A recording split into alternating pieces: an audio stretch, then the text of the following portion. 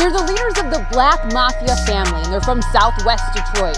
Right now, Demetrius Flannery is in federal lockup, asking for his freedom because of the dangers of and his brother, Terry Flannery, is being freed because of the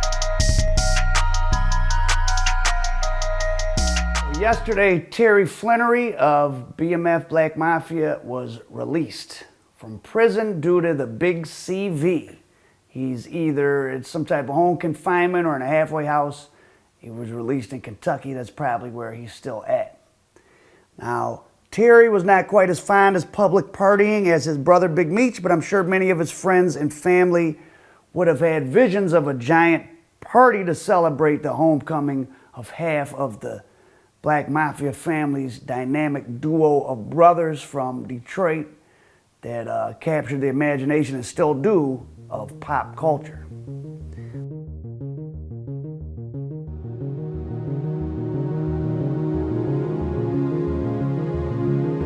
Back in '05, Meech and T took 30-year plea bargains, which frankly didn't sound too smart to me at the time, but the passage of time has proved Terry's strategy to be correct. T. Flannery's original outdate was in 2032, but here he is 12 years earlier than that, getting out. The brothers had roughly a 15-year run of living from good to great, and that's almost as much time as T will have ended up serving. Unlike his brother, whose Bureau of Prisons outdate is still set for the year 2031, 11 years from now. Now, Meech's lawyers filed the same paperwork and asked for the same early release as T, but the prosecutors blocked it. T already had 5 years shaved off his sentence for some program I guess Meech wasn't eligible for, but his lawyers, like the lawyers for many people, including Takahashi 69, filed a motion for his early release on the grounds that health issues, heart condition, and diabetes made him susceptible to getting sick. SouthWest T, I heard, got into Christianity in prison and hasn't had much in the way of disciplinary infractions. Big Meech, on the other hand, was never able to leave the streets behind him and was always the most popular inmate, sometimes even with the guards, at whatever compound he went to, which caused him a lot of problems and is probably now costing him his freedom. From the perspective of the criminal justice system, letting Meech out, especially with the TV show about BMF, possibly, and don't believe it until you see it, just because 50 Cent said it's greenlit doesn't mean it's going to happen, but maybe it is. But with the prospects of there being a TV show starring Big Meech, from like a public relations standpoint, the federal prosecutor can't really have Big Meech like getting out now, especially, if Takashi is going to make a spectacle of himself, which I'm sure he is, it's going to undermine the authority of the criminal justice system. It almost feels like Meech never left the streets because his presence never went away. So if he got out now, I don't know. So hopefully he can lay low a little bit and maybe he'll get out not too long. A lot can be said about BMF.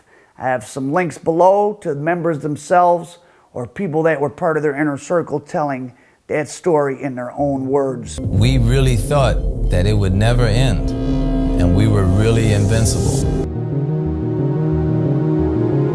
What's interesting to me is that people around the country have been indoctrinated with the Detroit dope man style, courtesy of BMF's influence on rap culture.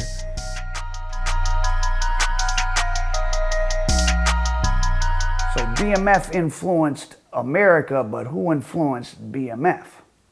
And so the police said that he shot at them with the AK-47. Stuckey had taken out a hit on the mother of the government star witness. He said he got shot 4 times in the head. Stuck got shot. He killed somebody. Hey, G, man, I need you to pray for me, man. 50 kilos a month. And at one point in time, the case was a potential death penalty case. Now, I won't connect all the dots, but one of the links below is to my documentary, The T. Stuckey Story. And if you read through the BMF book and you watch the documentary, maybe you can figure it out. Various people are waiting to tell those stories one day, hopefully for a payday. So I'll leave it to you intrepid readers who can put the pieces together yourself. Until then, what's that? The game is to be sold and not told, and I'll let somebody sell it to you later. To my knowledge, Detroit has a unique run of like actual brothers becoming major kingpins across different eras in Detroit, and then also at an international and national scale. Some of the intelligence that we were picking up on indicated many drug organizations operating in Detroit, and that there was a mafia operating in Detroit, what they call a Black Mafia. There are 2 cases in Miami involving $20 million of heroin. Here's a list of, off the top of my head, the most prominent ones, you know, in a. The Chambers brothers, the first set of crack kingpins to really hit the national news. They came up from rural Arkansas around 1980, and during the peak of crack cocaine, like 86, 87 summer, between Billy Joe and Larry's crews, they might have been having $400,000 to $500,000 days between their 2 crews in like summer 87. At one time, maybe about 30, 40 million. What happened to it? It's a long story. Larry Chambers is still serving his life sentence, but BJ got his 45 years knocked down to about 27, and I conducted lengthy interviews with BJ Chambers in Detroit, and I went down to Arkansas, and I got a lot of stuff down there that'll be coming out soon. The Curry brothers, led by twins Little Man and Big Man, were targeted by the feds in the mid-'80s and are central characters in the tale of White Boy Rick, a movie which I've never seen, and I don't suggest anyone seeing because it's not very accurate, and it took what could have been an important story about political corruption in Detroit and made it into a family drama, but that's what Hollywood does. So don't get your history from Hollywood. Johnny Curry was married to Mayor Coleman Young's favorite niece, and there was a lot of speculation and innuendo and political and media intrigue around Johnny Curry's alleged corrupt ties to the mayor's office. There's tons of stuff on YouTube and the internet. The Curry brothers, 2 very powerful and interesting, charismatic kingpins from Detroit. They had another brother I think was involved, and they're still around. They did about 10 years federal prison, and they appear to be living comfortably off the proceeds of their legal investments. So, and then there's my new friends, the Davis family. Dwayne and Doc Davis are the 2 surviving brothers. I think there were 4 that were involved in street activities, and you know, they were the biggest of the bunch. I started flying into Durango to see Frank Morellis, but we would, like I told you, we would drop under the radar when it didn't sweep. Before you can make your flight plan from from Michigan or Chicago to California, and once you get to California, you drop below. So you drop below and go over, and I always go fly right into Durango and go straight to Frank Morellis' home and do my thing. Then I would bring it back here and sell it, you know.